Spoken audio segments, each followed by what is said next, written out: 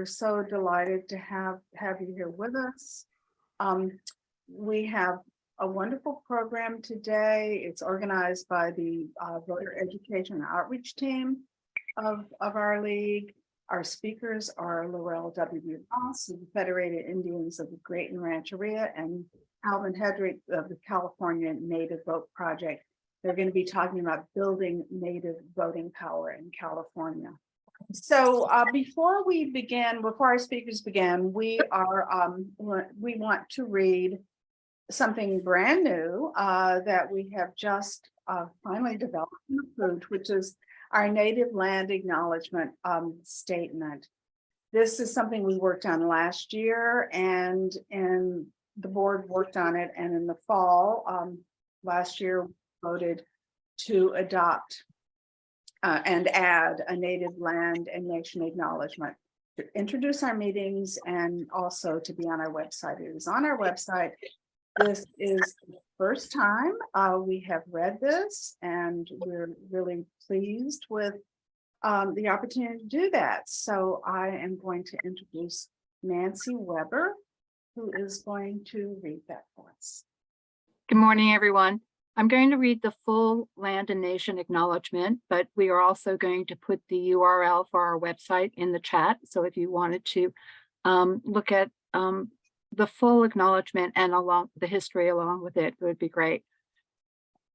So the League of Women Voters of Marin County lives and meets on the ancestral traditional lands of the Coast Miwok people. We acknowledge and honor the Coast Miwok Nation and are grateful for the present day community of the federally recognized tribe, the Federated Indians of the Graton Rancheria, comprised of direct descendants of Coast Miwok. We also acknowledge other contemporary indigenous groups who live and work in Marin. We acknowledge the deep harm done by settler colonialism through religious and governmental groups and individuals. They attempted to erase the Coast Miwok and other indigenous nations by stealing their land, violating tribal sovereignty, and destroying their culture.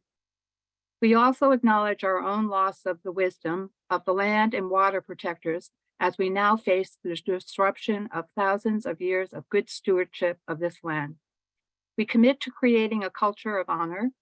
We respect the enduring relationship that exists between Coast Miwok and indigenous peoples and their traditional territories. We strive to be good guests of the Coast Miwok people as we live side by side in this paradise we now call Marin County. And now I'll turn the meeting over to Pat. Thank you, Nancy. Hello, everyone. Thank you so much for coming today. The Education and Outreach Committee, we're always looking to and toward vibrant, active communities to include voting in their strategy to support thriving individuals and families. And as residents of Marin County, we are acutely aware of the disparities that have been built into the systems in this country through a history of settler colonialism and anti-Black, anti-immigrant policies. So we're always seeking ways to support communities that are working towards sovereignty and that are engaged in community action that gives people a sense of power and agency. Today, we're pleased to have with us Lorelle W. Ross, who is the Vice Chair of the Tribal Council of the Federated Indians of Graton Rancheria. Vice Chair Ross has served as a member of the Tribal Council since 2003 and is committed to building a healthy tribal community that values cultural and social development, health, education, and economic strength. Following Ms. Ross is Calvin Hedrick. Calvin is the lead organizer for the California Native Vote Project in Sacramento. He has over 22 years of experience working with American Indian communities in California. Calvin earned his bachelor's degree in Native American Studies from Humboldt State University, now Holly Humboldt, and attended graduate school at UCLA. He is a mountain Maidu and a Maidu dancer, knowledgeable in Native culture. I'd like to welcome Vice Chair Ross. The stage is yours. Hi, good morning. Thank you, Pat. Happy New Year to everyone. Thank you for joining for today and giving an opportunity for me to represent my tribe, the Federated Indians of Graton Rancheria, to share with you a little bit about who I am, who my tribe is, who my community is, and how that relates to building Native voting power. First, with that, I want to also acknowledge how important it is to have a land acknowledgement. It is always a first step in being able to give recognition and visibility to a group of people, tribal nations that have been marginalized and have been made to be invisible within the fabric of all community and society. That suppression has also sequestered that voting power that we all value so much as Americans in a world of needing more democracy and more vision. So I ask for your tolerance and patience and understanding so that I can share with you a bit more about my tribe and some of the things that we're doing that also support the action and work that you all do in the League. So with that, again, the Federated Indians of Graton Rancheria, or tribe, is a federally recognized Indian tribe comprised of, yes, Coast Miwok and Southern Pomo people. Tribal ancestors lived for thousands of years on lands throughout Marin and Southern Sonoma Counties, where our ancestors had thrived as skilled hunters and gatherers of plants and seafood. One of our main missions in the tribe is environmental stewardship, and we continue to take active efforts in supporting initiatives and different partnerships and co-management with local government, state government. We have a local agreement for co-management with Sonoma County Regional Parks for Tole Lake, which is South Petaluma, as well as with the Point Reyes National Seashore. And for the first time since my ancestors have had any decision-making over the stewardship of these lands, will be the first time in years and decades that we will be able to have an opportunity to once again help with the restoration of the elk, of the lands and plants, animals, and all of the biotic life that sustains us and many organisms throughout the Sonoma and Marin counties. We are not unlike many other California Indians. The Coast Miwok and Southern Pomo Indians experienced brutality and brutal treatment by European explorers, the Spanish mission system, and the California settlers. Through a series of events, including the U.S. Senate's failure to ratify the 18 treaties negotiated and signed in 1851 with California tribes, the Coast Miwok and Southern Pomo Indians were left landless. I should note that through 1850 and 1870 here in California, one of the first laws that was passed in California was the Act for the Government and Protection of Indians, ironically named and nicknamed as the Indian Indentured Act. That was enacted by the first session of the California State Legislature and signed into law by the first governor of California. That legalized enslavement of Native American California Indians, my ancestors, directly. And with that became further erosion and disruption and dislocation of my ancestors in our ancestral land, leaving us into a spiral of survivalship. Jumping forward, it should also be noted before I move on, during that time, it was also legal here in the state of California to have militias that were formally legalized and supported and funded to kill Native Americans. And I think it's important to keep that in mind as we talk about building voting power, voting rights, because we're looking at a long lens of how laws and decisions are made and that people participate in or don't participate in because maybe it doesn't directly affect you. But I would argue that My history is your history, and therefore laws that affect Native Americans, California Indians, is as important as any law that affects any other group of people. So moving forward, in response to public outcry over the treatment of California Indians, Congress began in 1906 to appropriate funds for the purchase of small reservations or rancherias for the surviving landless California Indians. In accordance with the California Homeless Indian Act, the federal government in 1920 authorized the purchase of 15.5 acres in a town called Graton. And although that parcel was very small and remote location, its intended beneficiaries were directly my ancestors, including the homeless Indians of Marshall, Tamaulipas, Bodega, and Sebastopol. And that acquisition constituted federal recognition of Graton Rancheria. My grandfather was one of the families that went and lived on the Graton Rancheria, and is where I grew up and is where my mom currently lives.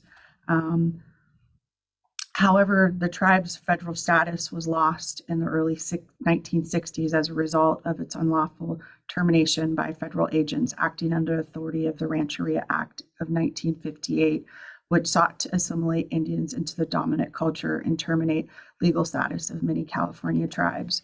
So, in response to a public outcry in the early 1900s, land was purchased, set aside, surveys were done of survivors, collections of Indian people who had not been eradicated or had been exterminated through legal means in the state, and were given menial pieces of land that were inadequate without support or funding or resources. Communities of survivors built homes and continued to be resilient throughout the challenges and systematic issues with poverty. One of those, for example, is my grandfather. However, like I said, another wave of laws that were passed was to legalize rancheria termination, which was, again, an opportunity to take land and to address Indians and assimilate them by saying, here's your land, you should own it, you should assimilate and become like everyone else in America. The consequence of that, with unintended consequences, created, unfortunately, my tribe in losing our rights. In the early 90s, the tribe reorganized and began to seek restoration of its federally recognized status. This was bolstered by an effort by a 1997 report to Congress by the Advisory Council on California Indian Policy, finding that the Federated Indians of Graton Rancheria meet the criteria for restoration, should be immediately restored. What does that actually mean? It means that once the federal government had recognized us by creating a rancheria system, it created a de facto tribal government, tribal nation. And through that was supposedly to be eligible for services for housing and water systems. Those are some of the services and programs that never actually came into fruition. And systematically, when the termination happened, took away that eligibility for those services that were promised that were never met. Through great efforts of different tribal nations in the 80s, became a lot of effort to have tribes that were terminated to become unterminated, essentially getting their rights back, and also being eligible for housing, healthcare, education, and other types of resources to address the social and economic needs.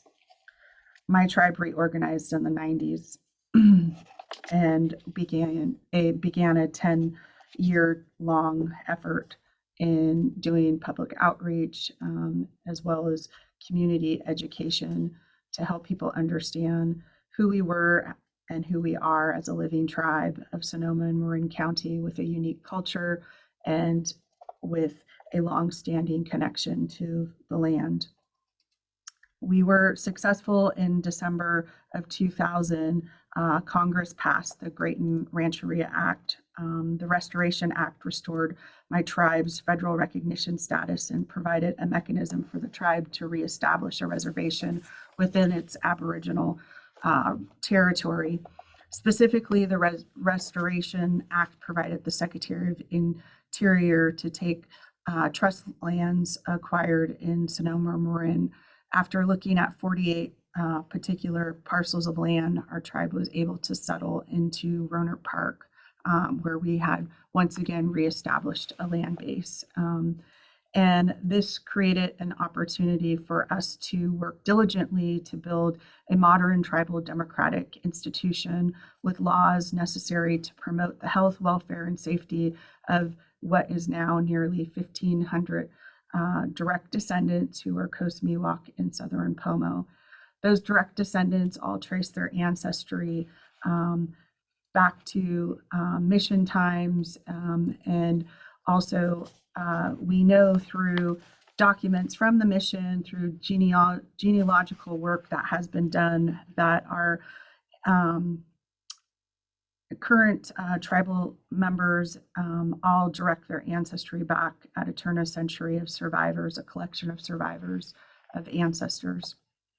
And we know exactly what village, what town, currently where they came from. Part of the mission kept such good records as well, which has been helpful and supportive to our oral tradition and traditional knowledge that our ancestors and now elders have continued to pass on to that next generation. During this time, and many of you probably know that my tribe in 2003 had announced to do an economic development project in Rohnert Park, a casino resort. And although our goal has always been social justice and environmental stewardship, a casino may have seemed in opposition to the ideology.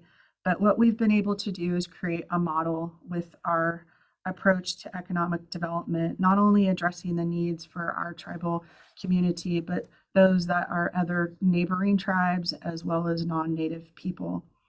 We are and have been a part of this community since time immemorial, and we continue to use our resources in a way that support opportunity to create models of social justice and environmental stewardship. Some of the things I'd like to share with you that we've done specifically in supporting opportunities for you as well as for the larger community, in supporting opportunities for gaining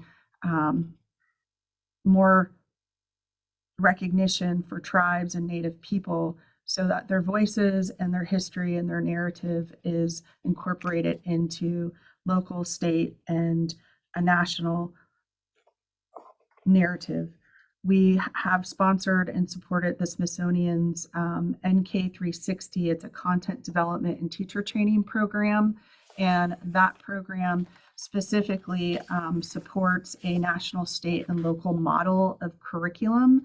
And what that will do is provide factual content on a Native perspective regarding like Thanksgiving, Columbus, Gold Rush, as well as a state curriculum model that focuses on the history and present experience of the state's Native community. So we're starting here, we're piloting that in our area and working on the curriculum from my tribe's history and perspective, and opening up that opportunity for other tribes within the state, within the nation, as this is a national effort to bring a actual tool and resource to teachers to be able to have a resource that they can go to, and also empower tribes and communities of Native people to have their voice shape curriculum and help with the content development. We will be launching this in this year, this new year, as well as into the subsequent years. And so I'm really excited about that. other opportunities that my tribe has taken a bold approach in terms of sharing and extending resource and committed to our mission is we endowed a scholarship through the state's UC system. We provide a scholarship to all Native American students that are not federally recognized. Maybe their rights haven't been restored, as I shared with you, as my tribe's rights had been in 2000. The university system was able to create a mechanism to support opportunities for tribes and Indian people that were federally recognized, but we saw that there was an inability to be able to extend that to tribal nations who have yet received their rights restored. And so my tribe set forth to fill in that gap. And I'm happy to say that we were able to launch that last year. So we have numerous students that have been accepted to the UC system who have a Graton scholarship that pays for their full tuition. These are just small examples that are also changing the narrative to allow and empower for Native people to have opportunities to be able to move forward with our history, with our identity, and with our ability to be able to share with you the importance and contributions that our community and tribal nations continue to make. Since the theme really has been about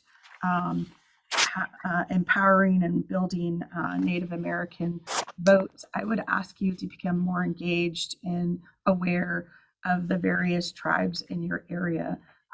Having the opportunity today to meet you and speak with you about my tribe is important because all of us at one point in time will travel or have come from somewhere and recognize that you are in Indian land wherever you go, and there is a tribe, there is a community of Native people, and they have a history, they have a story, and they have an opportunity to share with you from their voice what are their issues that matter the most to them.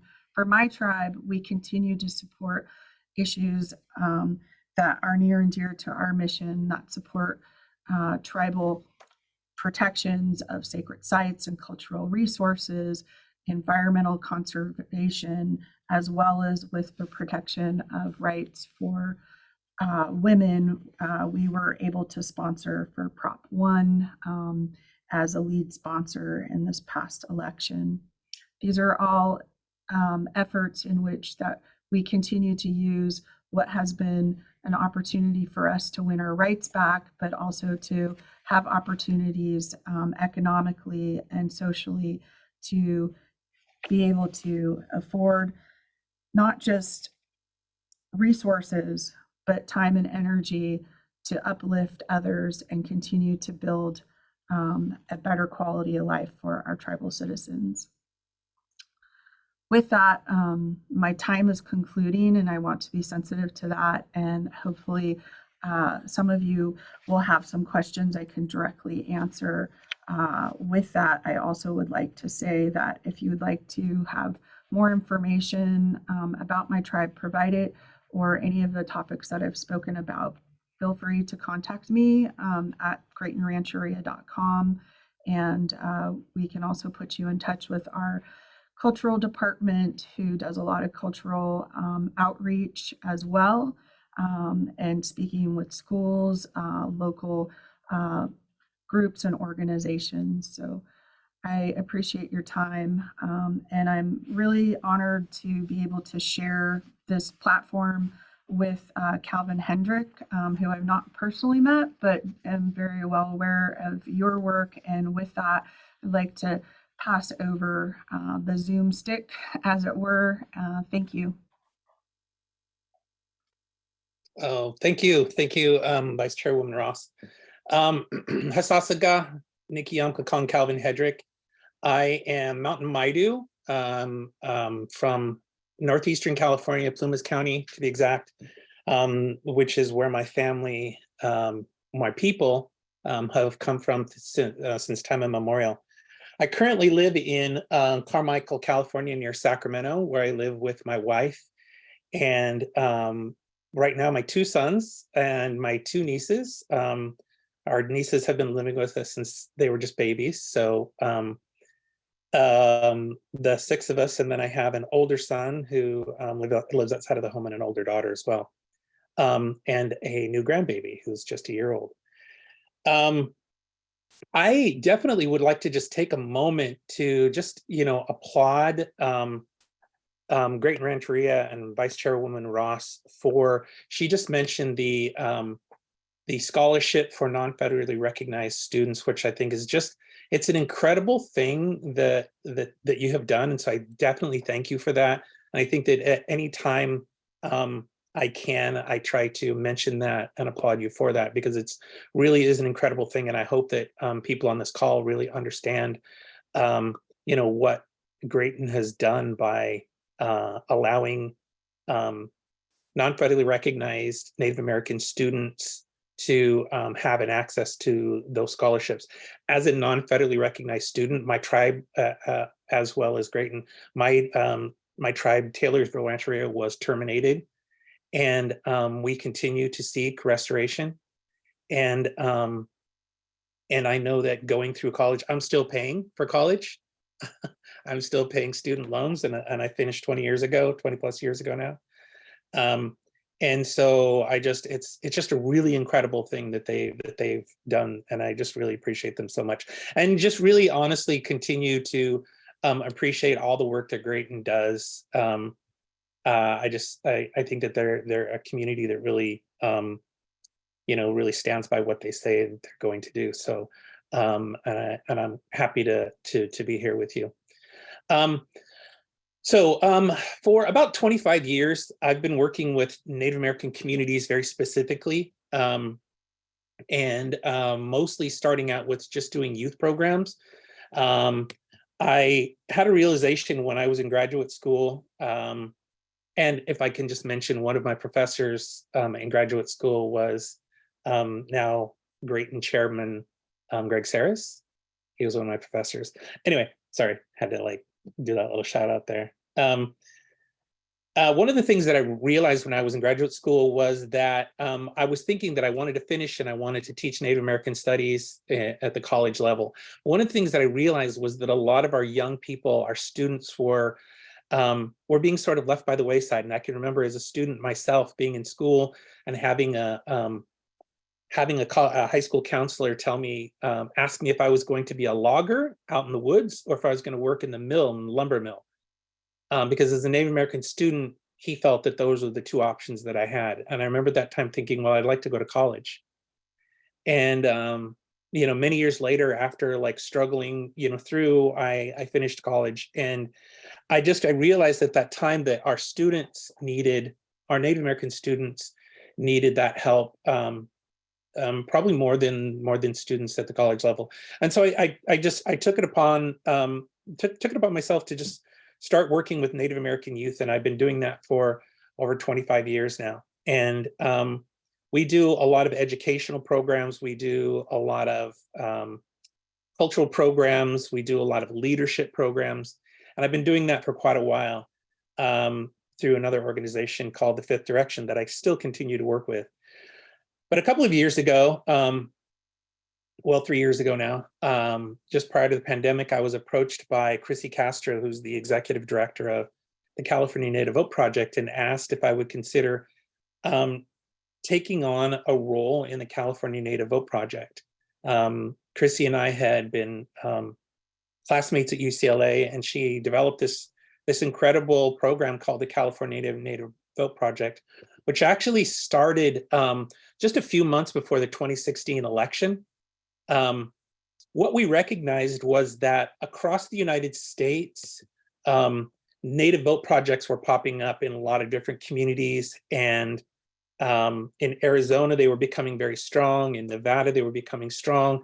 They were trying to develop in South Dakota and New Mexico and Oklahoma and all these different communities, but there was nothing like that in California. And so they started the California Native Vote Project in 2016. And with the goal of really just sort of developing and helping to build Native voting power in the state of California, to try to get more Native American people engaged in voting, try to get more Native American people registered to vote and educated on, so that when they showed up to the polls, they had a better sense of voting, and developing their own understanding of what was important to them. And so this was something that that we started to do, and it sort of started in Southern California, and really sort of kind of built until in 2000, I was asked to help to develop the program in Northern California. So currently we have an office in Los Angeles and an office in Sacramento. And of course, we're called the California Native Vote Project. So we're trying to make sure that we are statewide. And that, as you could imagine, is sort of a slow process. And especially, building up with grants and things like that to try to help to build the infrastructure of an organization like this, so that it can get all throughout the state and really try to develop Native voting power. So they started, like I said, very small, just a few people, a lot of young people. To this day, many of our young people who work with us started out as interns, started out, canvassing during elections and things like that, and then came on to work either part-time or full-time. We have been growing quite a bit in the last few years, and definitely I've seen the progress between the election in 2000 and this last election in 2022, how much we've grown as an organization, and how much more we're able to do for our community. As you may or may not know, Native American people are usually turn out in some of the lowest numbers per capita of any other group in the United States. And so we definitely wanted to try to make sure that people were getting registered to vote and that people were showing up to vote. We're the first of its kind, like I said before, to engage the Native American communities in voting. We do a lot. Honestly, we during the census, we actually had a group of a wing of our organization that was working on census, and so we had people, canvassers, who were going out and working on census. Some of those people have come on full time to work with us. We have youth programs where it started in Southern California, where they were developing young people to become organizers, to try to get out into the community with other young Native people to try to help build that power. We try to do a lot of engagement out in the communities. We try to get out, like we go and table, like a lot of other organizations, but we go out and table at community gatherings. There are a lot of community gatherings, powwows in Northern California, what we call big times, which is like a cultural celebrations. We get out to Native American meetings, gatherings, conferences, as much as we can to try to engage our community. And so it really has been working. We have a database with, I think it's up to over 10,000 Native American people and partners on that database who we can reach out to for whenever we have events that are going on. As some of you guys might know, we in California, we have the largest number of Native Americans of any other state in the United States. So more Native American people live here than in any other state in the United States. A lot of people don't know that. Sometimes when I speak to communities, they think that it's, New Mexico or Oklahoma or Arizona, South Dakota, but no, it's California. And there are a lot of things, a lot of reasons why that is. Some of that is because of a lot of relocation efforts and things that were going on to try to assimilate Native American people, boarding schools, which moved people out of their traditional areas, and a lot of people came to California. So we have a lot of people who are California native, and then we have a lot of people who are Native American people from other states who have come out to California. So We definitely try to engage as much as we can. We try to make sure that we're getting out there, really just making sure that people know how to register to vote. I know that in the work that I do with young people, well, and actually just in for the adults in our community as well, we know that sometimes people just don't just need help just registering to vote, with having that understanding of how to register to vote. We know that when it's time for people to vote, I was doing a presentation for young people not long ago, and some of the young people literally thought that they were just voting for the president. Now, these are like 16, 17, 18-year-old students. And so, it's good to get out there and say, we're not just voting for the president, we're voting for senators, we're voting for congressmen, we're voting for mayors, we're voting for representatives from your community. And so your vote really counts. We're voting for propositions and measures in your own community. And so when sometimes when people think, oh, my vote doesn't count, of the millions of votes voting for the president, it does count. But even more than that, it counts those in those communities where voter turnout is very low, and you're voting for a measure or for an assembly person or for a mayor, and 25, 30% of the people who can vote get out and vote. In those communities, Native American vote can really push a Native American idea, can really sort of our vote really matters and counts. And we've seen that. We've definitely seen it in communities. Well, there's a story that I tell quite a bit of a community that the sheriff of the community was not friendly to Native American people and was very outspoken about how this person thought that it was useless to speak to Native Americans because, number one, they don't vote and they don't really matter in the great grand scheme of things. And this person was quoted as saying those things. And in that community, organizers went out and they organized, and they got something like 10,000 more Native American people from that community to vote than had ever voted before. And that sheriff was voted out of office and lost by about 5,000 votes. So the Native American vote in that community made a huge difference. And so I like to tell stories like that because we know that our that when we get out and vote, we can really help to develop our community and help to build our Native voting power. When we talk about building Native voting power, one of the things that that I like to say is that it's getting out and actually getting people in there. But not only that, but helping to prop up some of those people who have already taken that step.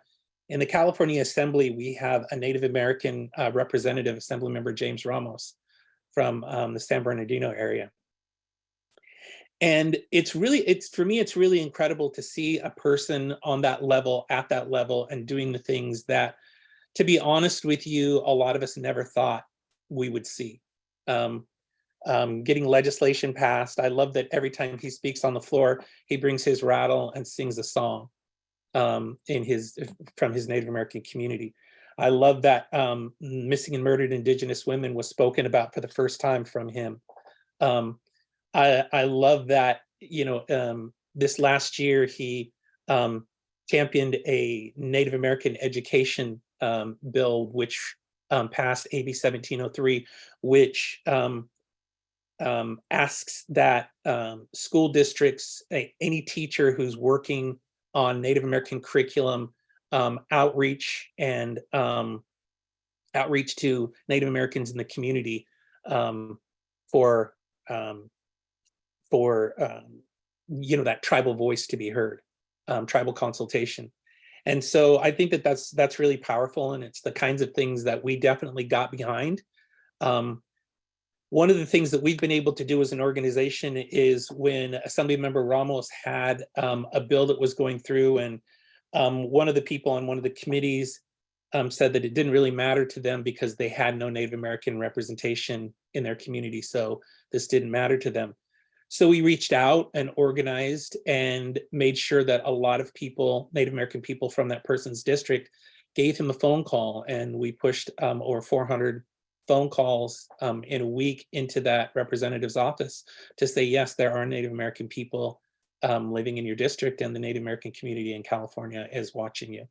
So the next time Assemblymember Ramos's bill came through, that person was an aye vote, because they even said, I realize now that my community, that I do have Native American community in my district. And so I really appreciate being able to do things like that, and with the California Native Vote Project, having that, helping to build that power so that we have a database that we could reach out to people and say, help support this, send a letter to help support Assemblymember Ramos. And also look what Assemblymember Ramos is doing.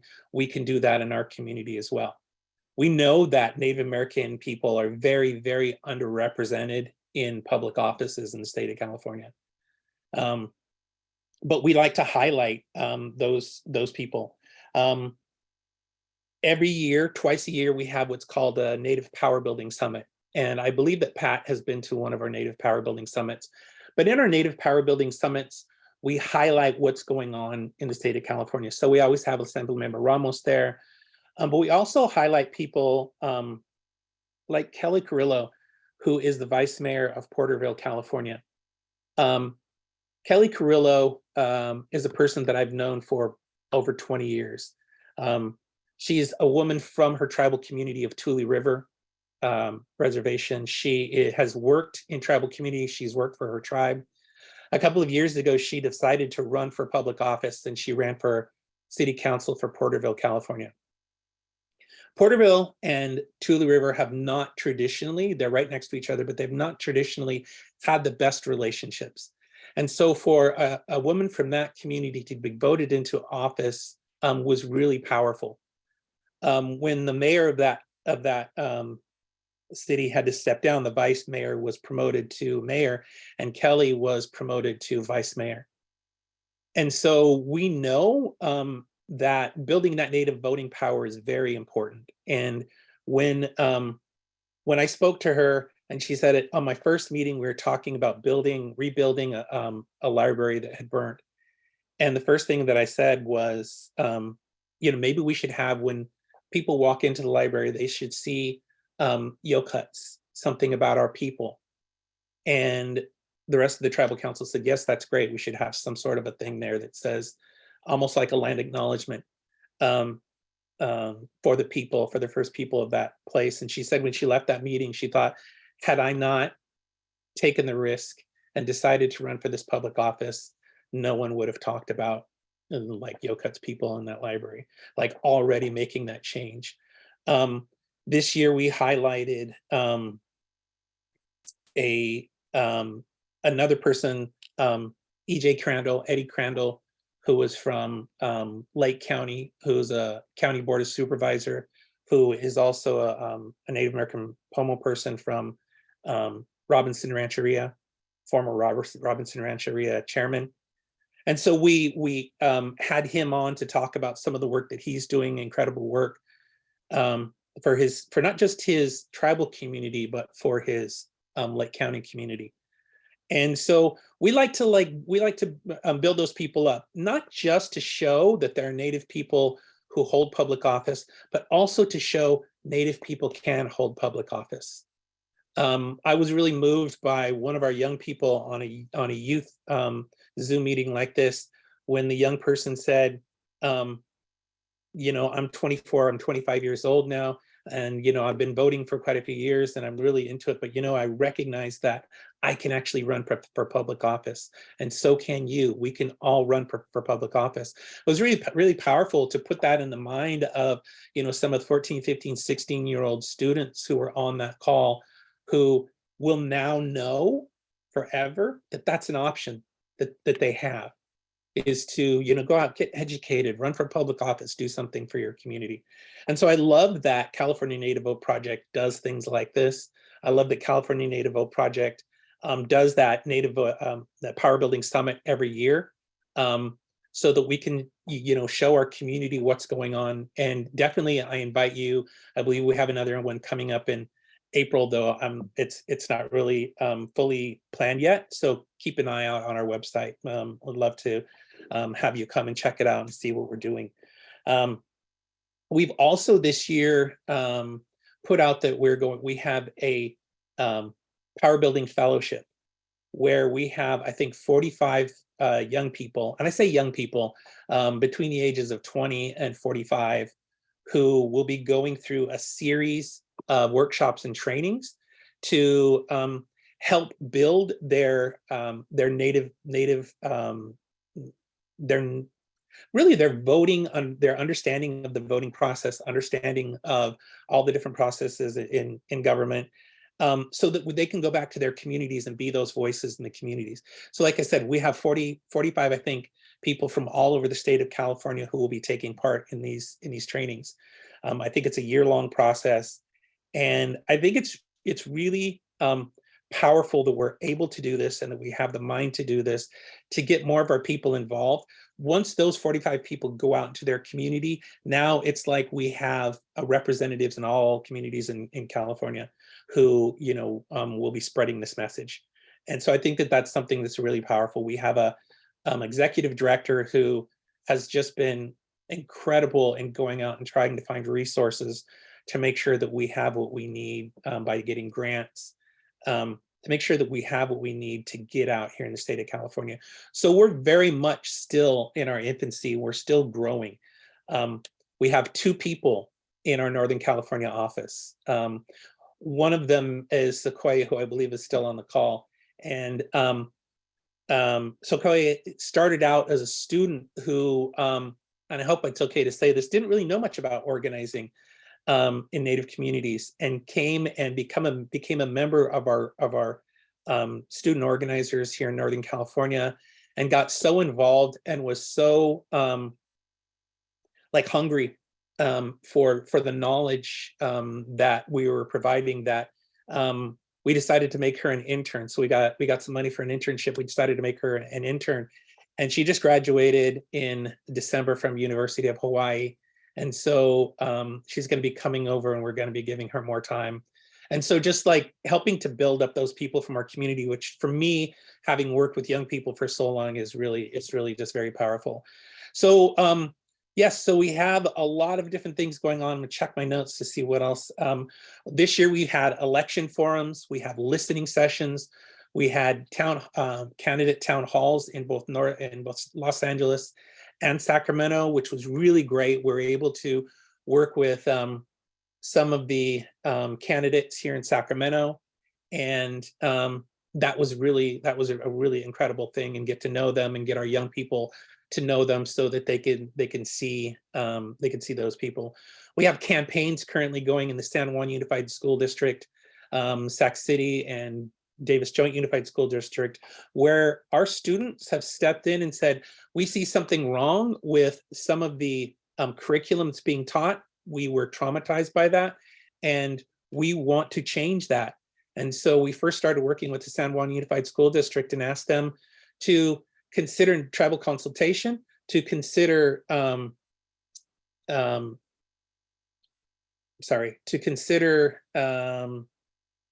cultural humility trainings for their teachers, and to stop working with outside vendors who are coming in and making kids dress up like pioneers. Something that's very traumatic for Native American students. When a teacher says, let's dress up like people dressed in 1850. Well, if you know anything about California history, in 1850, it was not a very good time for Native American students. So some of our students are traumatized by that. And so that's something that we're trying to change. So we have a lot of things going on, a lot of different organizing, a lot of different efforts to get people out and voting, and just making sure that our community is represented. And I think I'm at my time, so I don't want to go over because I want to save some time for questions. But I thank you guys for this time and for the opportunity to come here and talk a little bit about what California Native Vote Project does. Thank you so much, Calvin and Vice Chair Ross. Pretty powerful information, lots of wonderful things, lots of terrible history. A couple of questions. We're going to do Q&A. If you have a question, please put it in the chat, and we will try and get to as many questions as possible. Also, the link to the Graton Rancheria, as well as to California Native Boat Project, and they can always use our support, California Native Boat Project. So feel free to go online and sign up to get information about things as they come. Yes, let's see. So I have a question. The first question I have was, there was a recommendation for a book in the chat, the history, I think it was Ortiz's history. And I guess the question was, do you have recommendations for leading people to where they could find out more, educate themselves more? We have actually on our own website, we put a lot of links that has a lot of information to local groups, as well as reading and history. But if you have a favorite that you think you want to throw out there, maybe Vice Chair Ross, do you have it? Yeah, I have a lot of suggestions that are longer than and off the top of my head. So I kind of would suggest my colleague Buffy McQuillan, who's our cultural director and our heritage preservation officer, put in the chat contact for Graton Rancheria, as well as directly for our staff. We do maintain a readers list. So if you were to email, we could give you some suggested books. The Roxanne Dunbar Ortiz recommendation is a good one. American Genocide by Benjamin Madeley has been sort of a go-to book as well. You just type that. So I definitely think there's a lot of resources that we could point to. Our tribal chairman, Greg Saris, is a published author, and he has numerous books that I think are also equally important in terms of contemporary perspective of fictionalized Native people. But I would say that all good stories and some true and fiction all kind of merge together. So for more of a local and or California perspective. So please reach out to our office, and we're happy to give you a reading list. We do have a tribal library.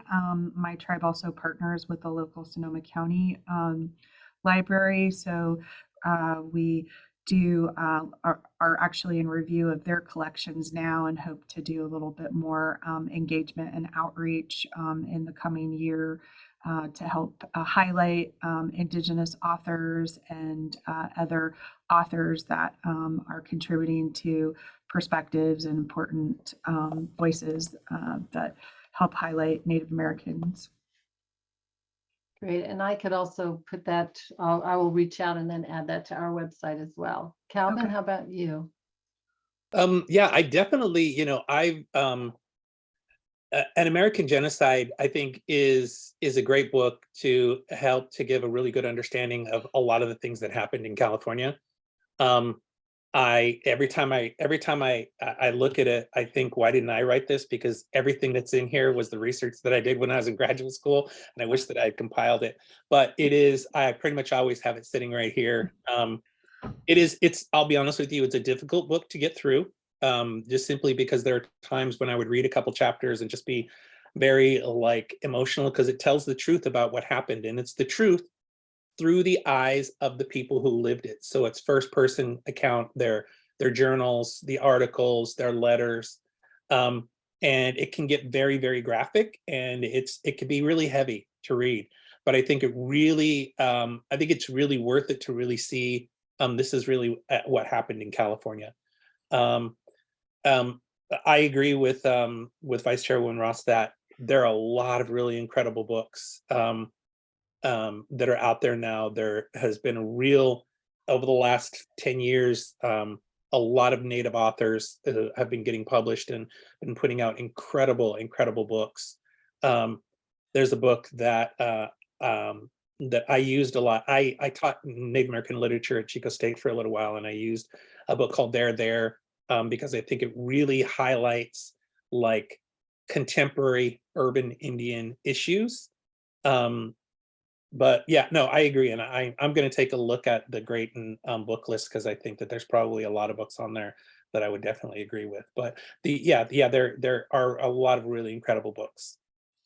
I would also direct just to a website on more current issues as the Native American Rights Fund, because I do think that they're a reliable and good resource on very variety of issues.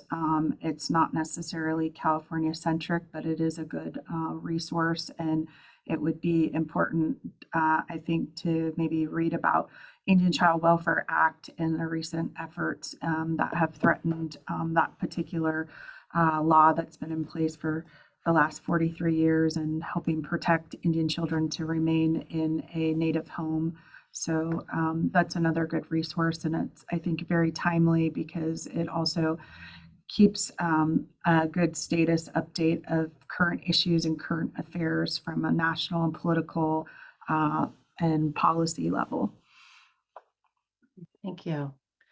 So I have another question here. It says, our core, the League of Women Voters core mission is voter education. Do either of you have any suggestions on how we can do a better outreach to Native American communities?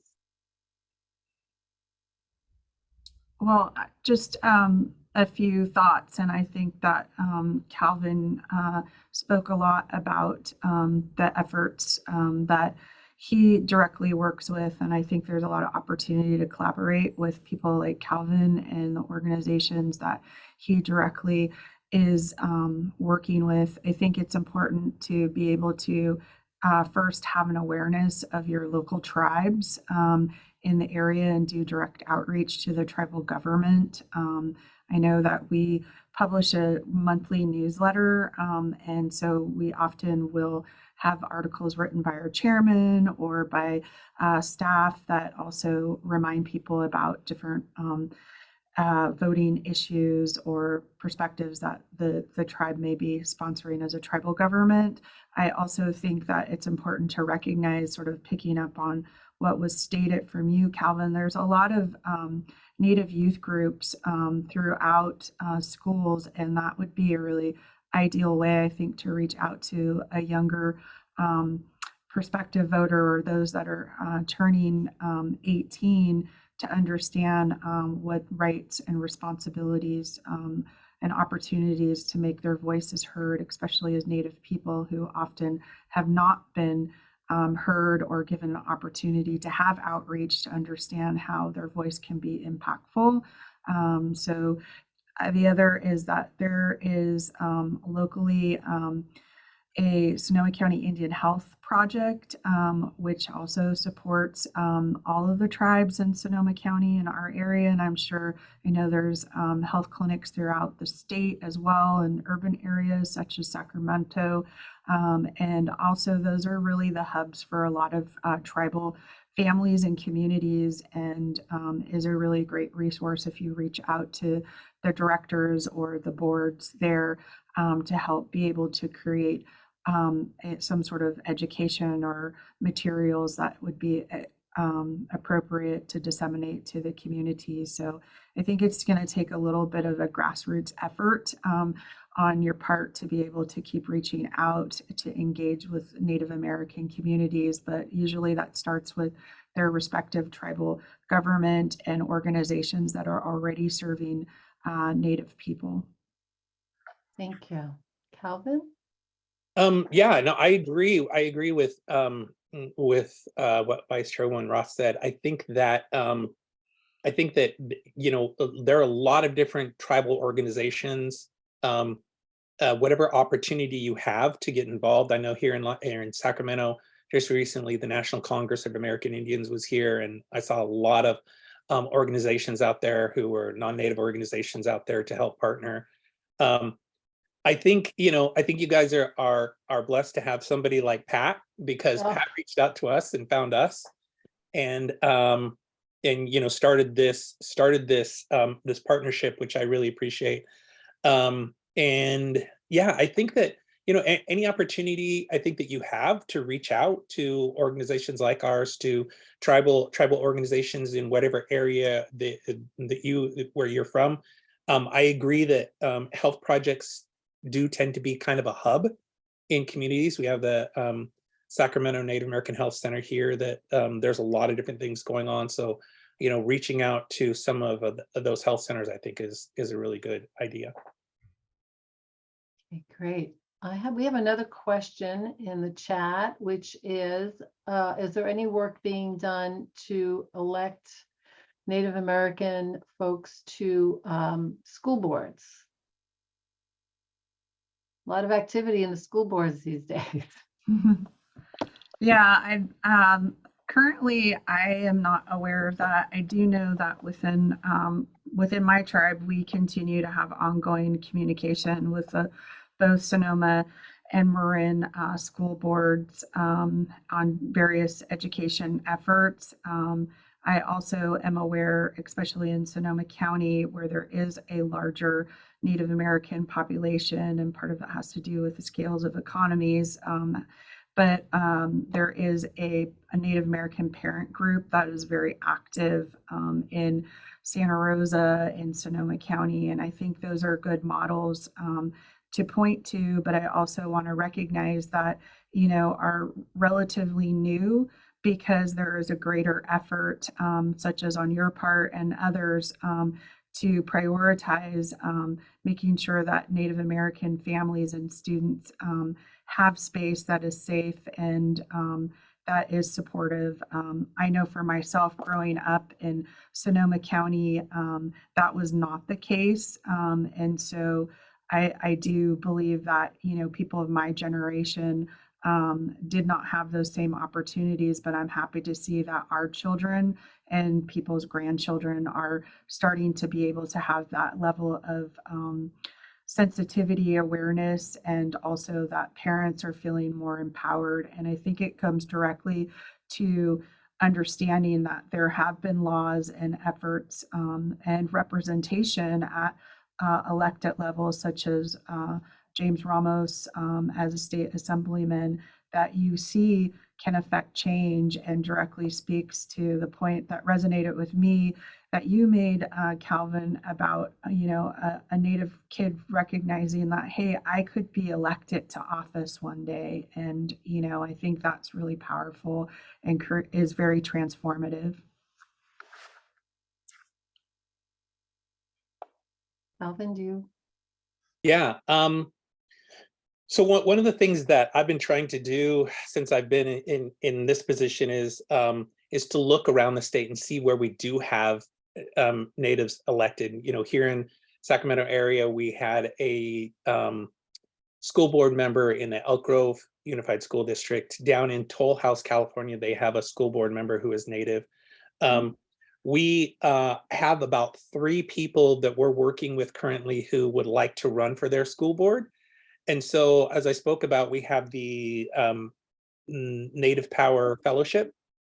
And so we steered people towards that to kind of get engaged there so that they can sort of help build up their capacity to run for that office, and know, that they have backing of organizations like ours. That I know that on a national level, there are organizations that are working to try to, can't remember what they're called exactly, but they do, but there's an effort to just really help Native people to become more engaged so that they're ready to run for those public offices. That's definitely something that we're working on. And we have been really pushing, yes, maybe you don't want to run for state senate or for the assembly, run for school board, run for, some of these more local offices. So that's definitely something that we're trying to do. And hopefully in the next few years we'll have more people running for some of those offices. Fantastic. There is a note in the chat, which I can't not read, which is that Becky, as Marin co-coordinator for Voters Edge, I want to give a shout out to Calvin and his team, including Sequoia, for their fabulous outreach to educate the Native American community regarding Voters Edge, a Mhm. voter candidate resource. Yeah, Sequoia's a star. It's true. So thank you for that. Yeah, thank you for that. I just want to say that for us, Voters Edge, I mean, for me personally and the young people that I work with, man, that was such an incredible tool to just be able to reach out. And then also the people that we work with to be like, go on Voters Edge, type in your information, and it's right there. Because they'd ask us, well, what measures are in my community? And it's like, it's all right there. So thank you guys for that, because that really is an incredible tool, and we'll continue to push it because it really does help our community. Thank you. And I guess the last question I see here is, what is the status of California or US reparations for Native Americans? And it looked like Buffy did put something in the chat saying she was sharing the California Truth and Healing Council website for updates on the governor's apology. So would you like to add anything to that? I would just say that I have a colleague council member that sits on that, and it came out of the effort of Gavin Newsom apology and acknowledgement, and saying out loud sort of the G word of genocide that existed and exists in our history of California, with an apology. And so that came out, I believe, 4 years ago, but I might say it's 5 at this point. But the Truth and Healing group is conducting various hearings throughout California to be able to have Native American people of the state share their concerns and history. And I know that reparations has been something that has been brought up. It will be interesting to see what the state does in terms of responding to that particular topic or this nation. I think it should be noted that their opportunity for reparations is something that is interesting, but I think it starts with acknowledgement, and I think it also starts with being able to shine the light on the truth and be able to give space and opportunity, just as you did today, to be able to hear the voices of California Indian people. And as painful or annoying or trying as it may be to hear about different topics, I think collectively it's so important for our humanity to think beyond just how do you fix things when you have to really stand in a moment in time and recognize and be able to sit with the truth. And whether it turns into a resource of reparations of what you can do individually as a voter, as a person within society, to do an acknowledgement of what has just been a slice of what we've collectively shared with you, but to also remember that you can't cure every wrong, but you can learn from them and you can do better. And when you know better, you can do better. Thank you. Yeah, Alvin? I definitely agree with that. And I really applaud like the efforts of the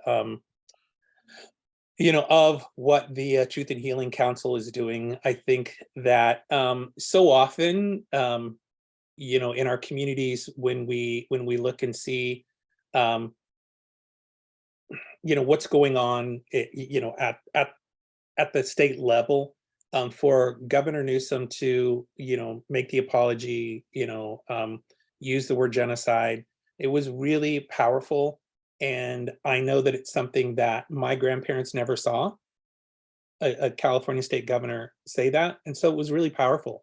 And I think that the efforts that they're making at that level to try to correct some of these wrongs and to heal some of these wounds, I think it really is good. One of the things that we know that I've always learned is if we want change, we need to make that change ourselves. We don't sit around and wait for another community to come in and make that change for us.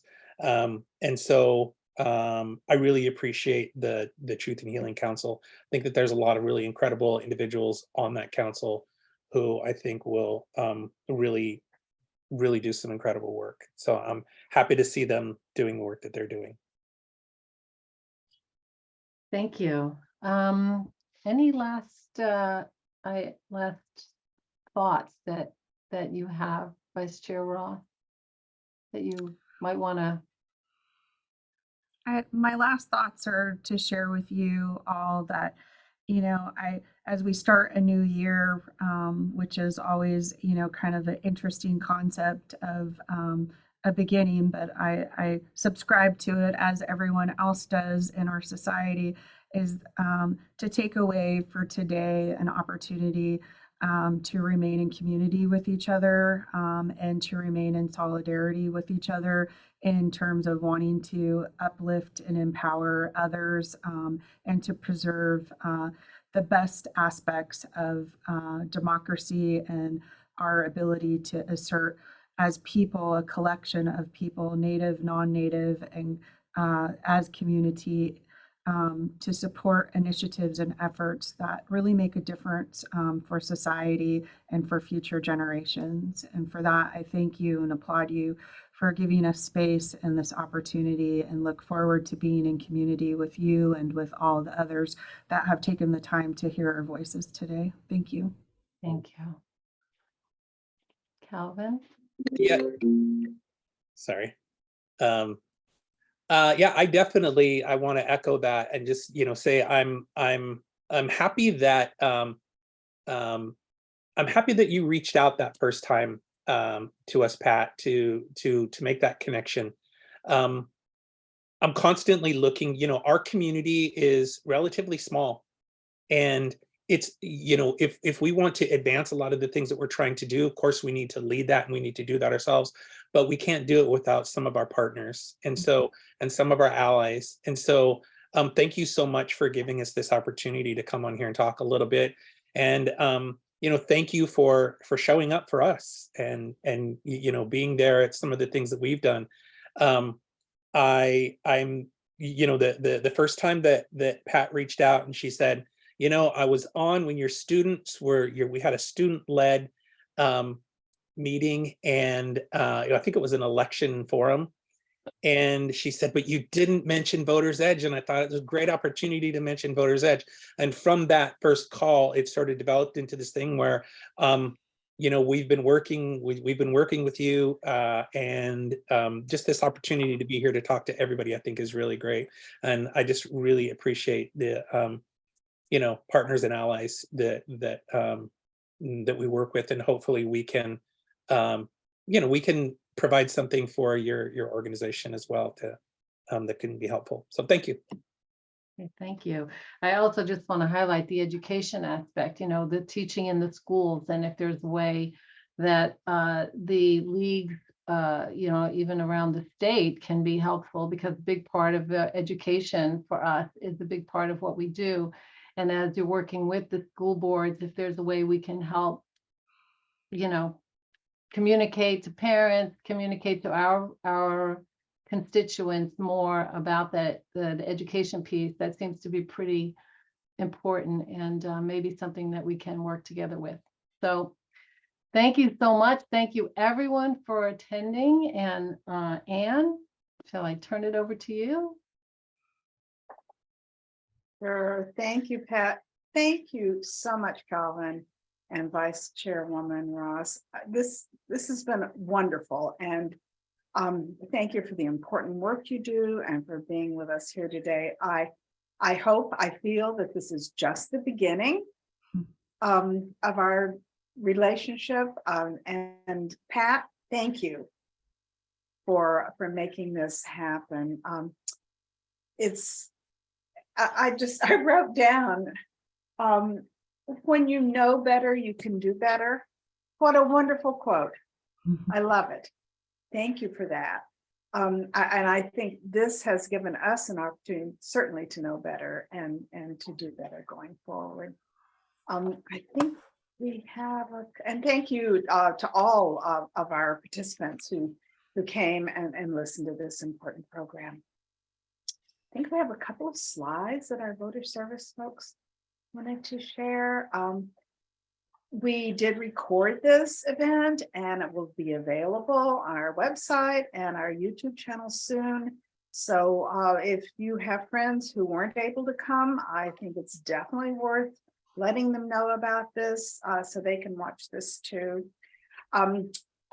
And always we like to remind people how you can check your registration or register to vote. To register to vote.ca.gov. Go there and register, check and make sure you are registered. And Marin County has a special election coming up on March 7th. And you can get information at marinvotes.org or at our website at marinlwv.org. And remember, your vote matters in every election, even these little special ones. And the next slide. Oh, there was a next slide. I thought. Dee Dee. Thank you. These are our teams, our voter service teams, and we are always looking for more folks to be involved. So if you would like, you can contact me or contact Pat or Robin or any of the folks who are involved with voter service. And we're always looking for more people to join us. Okay. Thank you. Thank you. Thanks, everybody. Thank you for inviting us from Sonoma. Thank you for coming.